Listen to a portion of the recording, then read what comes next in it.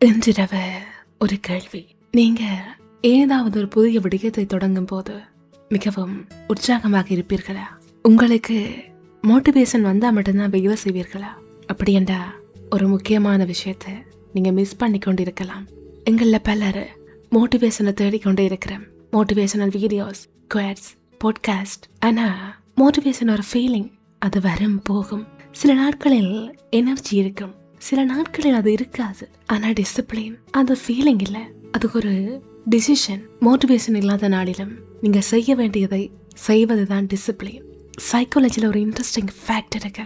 Long term சக்சஸுக்கு மோட்டிவேஷனை விட consistency and discipline தான் பெரிய ப்ரெடிக்டர் என்று பல ஸ்டடீஸ் காட்டுகிறது. ஏனென்றா மோட்டிவேஷனை ஸ்டார்ட் பண்ண வைக்கும், டிசிப்ளின் அதை ஃபினிஷ் பண்ண வைக்கும். உங்களுடைய ஃபியூச்சர் நீங்க ஃபீல் பண்ற மூட்ல உருவாகாது, நீங்க ரிப்பீட் பண்ணக்கூடிய ஆக்ஷனால உருவாகும். அதனால மோட்டிவேஷன் வரும் வரைக்கும் காத்திருக்காதீர்கள். சின்ன ஸ்டெப்பா இருந்தாலும் இன்றைய செய்யுங்கள். ஒரு நாள் டிசிப்ளின் உங்கள் வாழ்க்கையை மாற்றியதற்கு நன்றி சொல்வீர்கள்.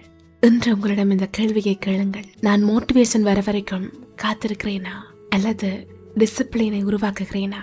ஏனென்றால் வெற்றி என்பது ஒரு நாள் கிடைக்கும் அதிர்ஷ்டம் அல்ல, அது தினமும் மீண்டும் மீண்டும் செய்யப்படும் சிறிய ஒழுக்கமான செயல்களின் விளைவு.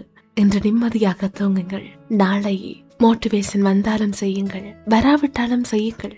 அதுதான் டிசிப்ளின், அதுதான் வளர்ச்சி, அதுதான் வெற்றி. This is Mind Voice Podcast. Motivation gets you start. Discipline keeps you going. நீங்க உங்க வாழ்க்கையில பில்ட் பண்ண விரும்பும் ஒரு டிசிப்ளின் என்ன? கமெண்ட் பண்ணுங்க.